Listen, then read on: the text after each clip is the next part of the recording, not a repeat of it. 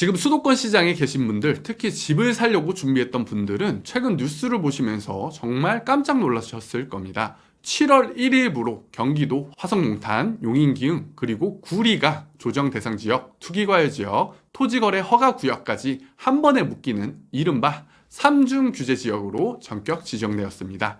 그동안 비규제 지역 호재를 누리며 집값이 무섭게 뛰던 곳들인데요. 정부가 칼을 빼들고 갭 투자까지 원천 차단하겠다고 선언한 거죠. 또 이러한 지역 잔금을 치르신다면 대출은 어떻게 되는 걸까? 많이 혼란스러우실 텐데요. 오늘 영상에서는 동탄, 기흥, 구리 지역 규제 지역 지정의 본질과 정부가 펼치고 있는 역대급 대출 규제의 의도, 그리고 위기 속에서 내 자산을 지키기 위해 어떠한 대출 전략을 세워야 하는지까지 깔끔하게 정리해드리겠습니다. 딱 5분만 집중해주세요.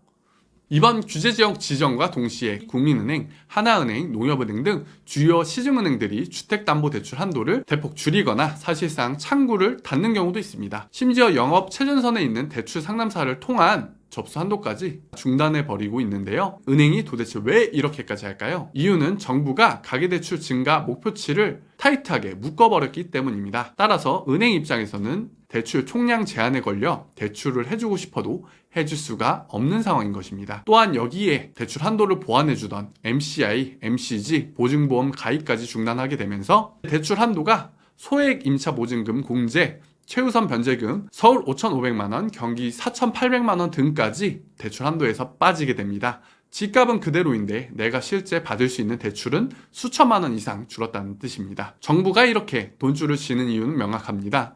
우리나라 GDP 대비 가계부채 비율은 약 80% 이상으로 너무 높다는 판단 때문입니다. 정부의 목표는 2030년까지 이 비율을 80% 이하 수준으로 낮추는 것입니다. 따라서 이러한 규제는 잠깐 단기간 유지되는 것이 아니라 앞으로 몇 년간 지속될 장기적인 흐름이 될 가능성이 높습니다. 그런데 이상한 점이 있습니다. 정부가 동탄, 기흥, 구리를 규제지역으로 묶고 주담대 한도를 제한했는데도 서울과 수도권 아파트값은 물론이고 전세, 월세까지 다 같이 오르는 강세가 이어지고 있습니다. 이유는 간단합니다. 바로 구조적인 공급 부족 때문입니다. 아파트를 짓는 데는 최소 3, 4년 이상이 걸립니다. 그런데 지난 몇 년간 서울 또는 수도권 지역에 인허가와 착공이 반토막이 났습니다. 당장 신축이 되어 들어갈 공급 주택이 없으니 전세가와 월세가가 치솟고 매수세가 몰리기 때문에 15억 전후의 주택에 대한 가격 상승이 심해지고 있습니다. 앞으로는 어떤 일들이 벌어질까요? 여기서 다주택자분들이 특히 주목하셔야 할 내용이 있는데요. 바로 규제지역 내 다주택자 주담대 만기 연장 불허입니다.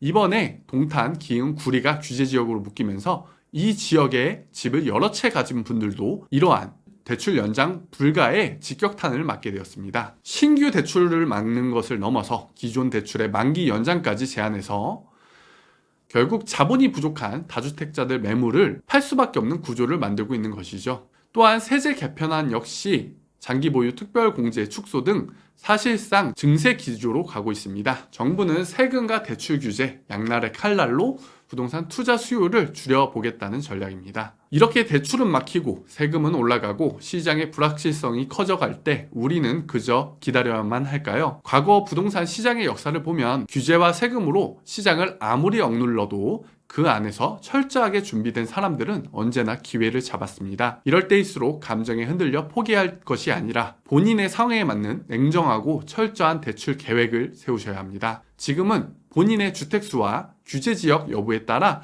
대출 한도와 조건이 완벽하게 달라집니다. 우선은 생애 최초 무주택자 분들이라면 섣불리 포기하지 마시고 생애 최초를 활용해 서울을 포함한 수도권 LTV 70% 요건을 적극 활용하세요. 비생애 최초라도 수도권 LTV 40%, 15억 미만 대출 상한액 6억, 중저가 주택을 꼼꼼하게 살펴보시고 진입 타이밍을 잡으셔야 합니다.